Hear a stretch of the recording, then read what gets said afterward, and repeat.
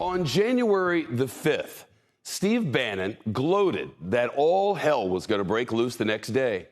Now, in a stunning turnaround, the diehard Trump ally and political operative is offering to testify to the January 6th committee.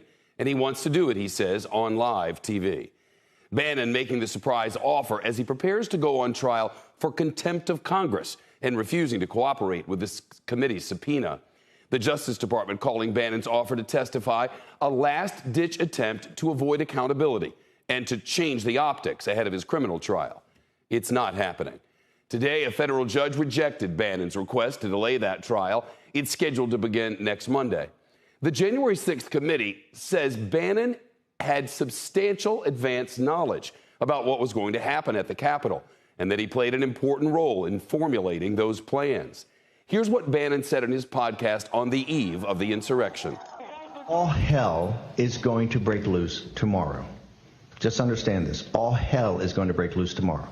And of course it did. Bannon has insisted he could not testify to the committee because former President Trump had invoked executive privilege. But that apparently did not happen at all. According to the Justice Department, former President Trump's lawyer told the FBI that Mr. Trump never invoked executive privilege for Steve Bannon, who left the White House years before the Capitol riot. But Bannon's lawyer is doubling down on that defense. He says Bannon recently received a letter from Mr. Trump waiving executive privilege and giving him the green light to testify. Great irony that Bannon had privilege invoked by the former president. He believed that that was valid. And I think the letter from former President Trump now makes that quite clear that he did invoke it and believed it was valid. But the Justice Department says he didn't. Bannon's lawyer says he does not know if Bannon will actually testify to the committee before his trial begins. All of this comes as the committee prepares to hold what could be its second-to-last public hearing tomorrow, with a focus on alleged ties between Trump associates and the right-wing extremist groups accused of seditious conspiracy. We'll have expert legal analysis from former federal prosecutor Renato Mariotti. First, live to CNBC senior congressional correspondent Ilan Moy. Ilan.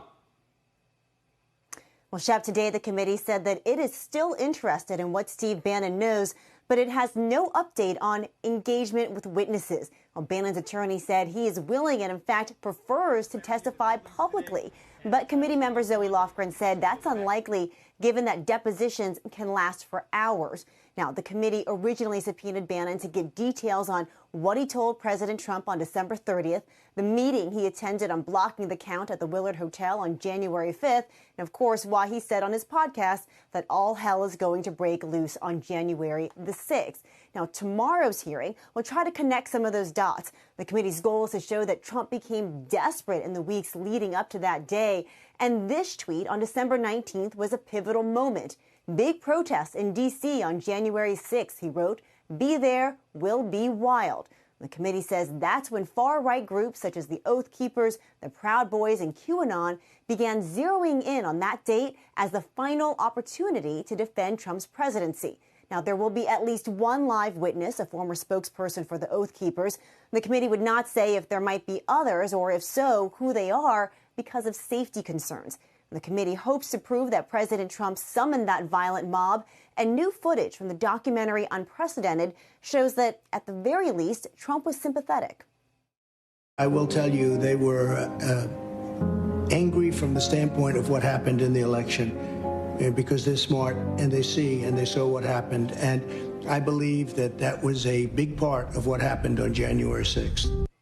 And the committee had originally planned a second hearing this week, but that's now pushed back until next week. And Shep, the only explanation the committee gave to reporters is that it's receiving new and important information daily. Ilan Moy, thanks very much.